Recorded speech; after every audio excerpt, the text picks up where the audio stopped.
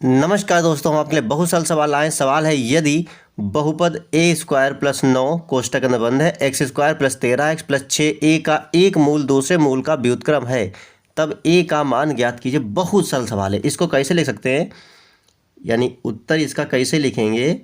मान लिया हमने एफ एक्स बराबर ए स्क्वायर प्लस 9 और x square plus 13x plus 6a। ठीक है, माना एफ एक्स का एक मूल हमने अल्फा मान लिया, तो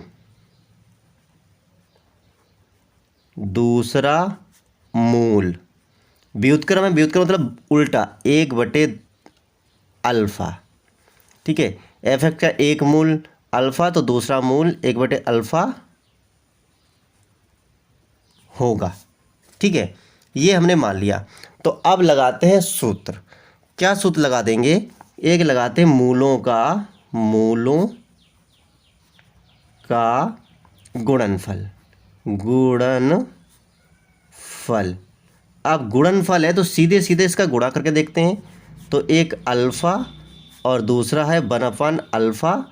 अल्फा अल्फा कट गया तो बराबर आ गया हमारा 1। ठीक है, अब सूत्र से देख लेते हैं। क्या करते हैं, अब सूत्र से देख लेते हैं। सूत्र से क्या देख लेते हैं, वही सूत्र लगा देते हैं। मूलों का गुणनफल क्या होगा, अचर पद बटे एक्स स्क्वायर का गुणांक। या इसको समीकरण 1 मान लो और यहाँ पे लिख सकते हो समीकरण 1 से ऐसे भी लिख सकते हो। ठीक है, तो देखिए ध्यान से, अचर पद मतलब एक्स वाली गिनती नहीं होनी चाहिए। तो एक्स स्क्वायर ये गायब हो, एक्स, ये अचर पद हमारा ये है 6a, तो बराबर में 6a और एक्स स्क्वायर गुणांक जिसके साथ एक्स स्क्वायर लगा हो, तो एक्स स्क्वायर लगा है ये, यानी ये संख्या, तो क्या हो गई ए स्क्वायर प्लस 9। और मूलों का गुणनफल अभी हम निकाल चुके हैं, कितना आया था हमारा, 1 आया था, 1। अब कर दो आप इसकी तिरछी गुणा, यानी ए स्क्वायर इक्कन ए स्क्वायर 9 का 9 बराबर 6a।